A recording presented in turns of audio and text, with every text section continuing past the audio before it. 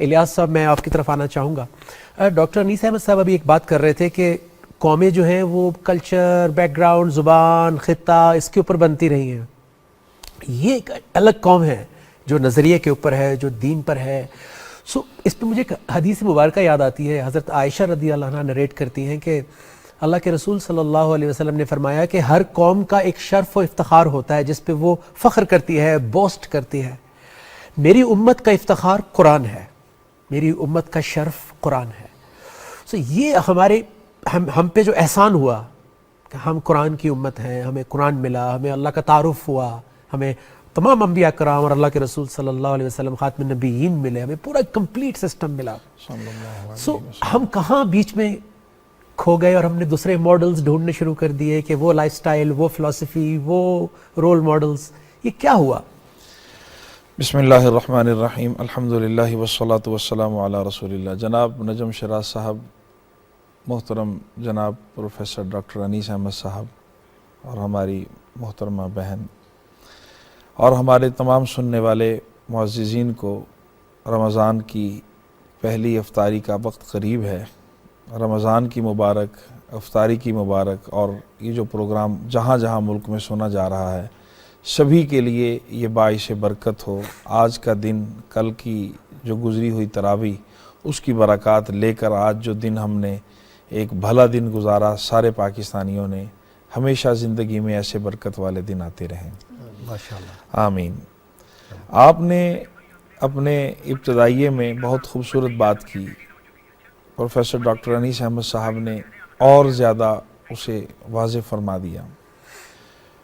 میں یہ سمجھتا ہوں کہ یہ ملک جن جذبات اور جن اسس اور بنیادوں پر قائم کیا گیا، وہ یقیناً اپنا رنگ اور اپنا اثر ہمیشہ سے دکھاتی چلی آئی ہیں۔ واہ! ایسا نہیں ہے کہ بنیاد میں وہ خون اور وہ محبت اور وہ عشق اور وہ جذبہ اور وہ مصطفیت اور وہ حبیب پاک صلی اللہ علیہ وآلہ وسلم کی غلامی پر فخر شامل ہو اور اگلی نسل کوئی اتنی دور نکل جائے کہ اس کی واپسی ممکن نہ ہو۔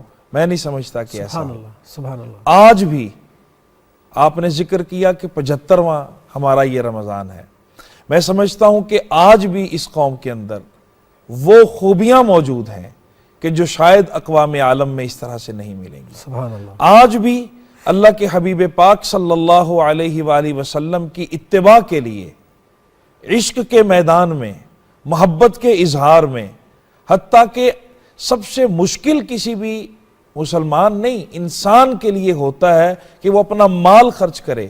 قریب زمانے کے اندر جو سروے ہوئے اس سے یہ پتہ چلا کہ دنیا میں سب سے زیادہ اللہ کے اور اللہ کے حبیب صلی اللہ علیہ وسلم کے نام پہ خرچ کرنے والی قوم پاکستانی قوم، بے شک، ملک میں ہو یا کسی بھی ملک میں ہو۔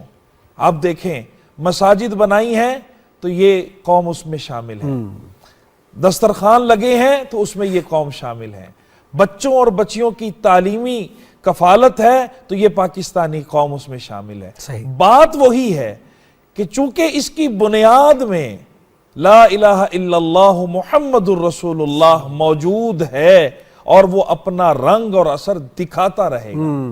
ضرور کوشش ہوئی اسے گمراہ کرنے کی، ضرور کوشش ہو رہی ہے اسے ڈی ٹریک کرنے کی، اور کوششیں ہوئی ہیں اور ہوتی رہیں گی۔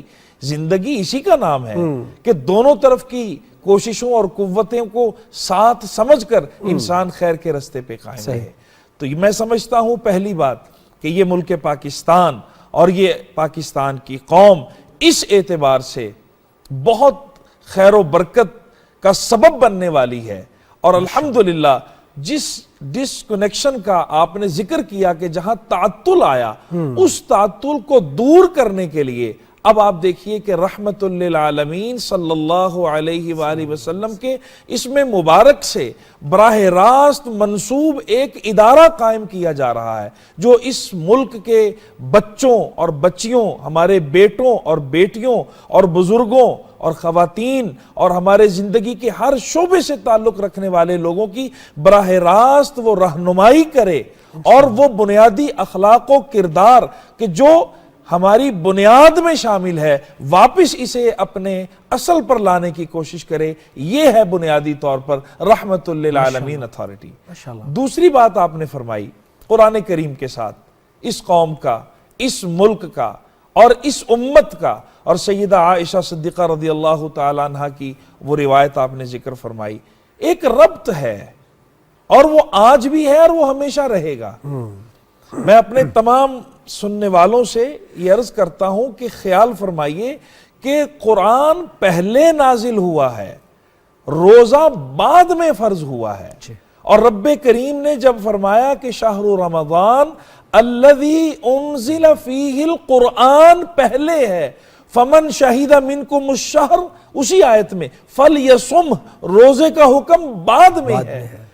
پوری قوم کو آج اپنے رابطے کو، اپنے رشتے کو، اپنے تعلق کو اللہ کے کلام کے ساتھ جوڑنے کی ضرورت ہے ہر میدان میں۔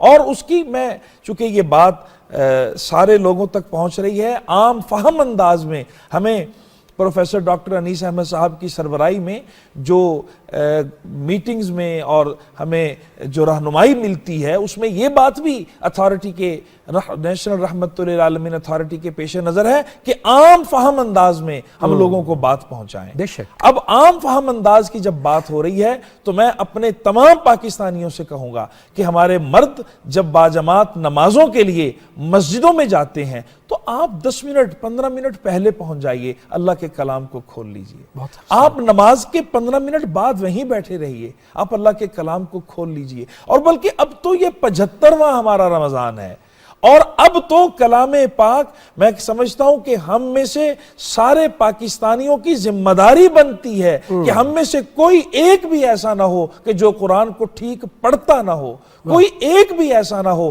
جو کلام الہی کے مضمون کو سمجھتا نہ ہو۔ اور ہماری جو خواتین ہیں وہ گھروں میں بلند آواز سے ایک کمرے کے اندر جیسے خوبصورت تلاوت ہوتی ہے، ایک دھیمی دھیمی آواز سے وہ پڑھتی ہیں، اور بسا اوقات کھانا بنا رہی ہیں اور کوئی گھر کے کام کر رہی ہیں تو ایک آواز سے تلاوت لگا لی جاتی ہے، اس دوران وہ تلاوت سنتی بھی ہیں، کسی اور کام میں مشغول نہیں ہوتی۔ یہ رمضان قرآن کا مہینہ ہے، بہت آسانی سے قرآن کریم پر ہم عمل کر سکتے ہیں، پڑھ سکتے ہیں، اور اس کے سمجھنے کے رستے پہ اس وقت میں پاکستانی قوم کو ڈالنے کی شدید ضرورت ہے۔ آپ نے جو سورہ بقرہ کی 185 نمبر آیت کوٹ کی، اس کے بیچ میں ایک لائن ہے کہ وَبَيِّنَاتٍ مِّنَ الْهُدَى وَالْفُرْقَانِ، کہ رمضان کے مہینے میں قرآن نازل ہوا تاکہ ہدی للناس، انسان اس سے ہدایت لے۔ اور پھر جو لائن آپ نے کوٹ کی کہ فَمَنْ شَهِدَ مِنْكُمُ الشَّهْرَ فَلْيَصُمْ، جو کوئی یہ مہینہ دیکھے، جو اس پہ گواہ ہو، جو وٹنس کرے، وہ روزہ رکھے۔ لیکن بیچ والی جو لائن تھی کہ بینات من الہدا، ہدایت واضح ہے، بینات کی فارم میں ہے، والفرقان، اور صحیح غلط کی تمیز کے ساتھ ہے۔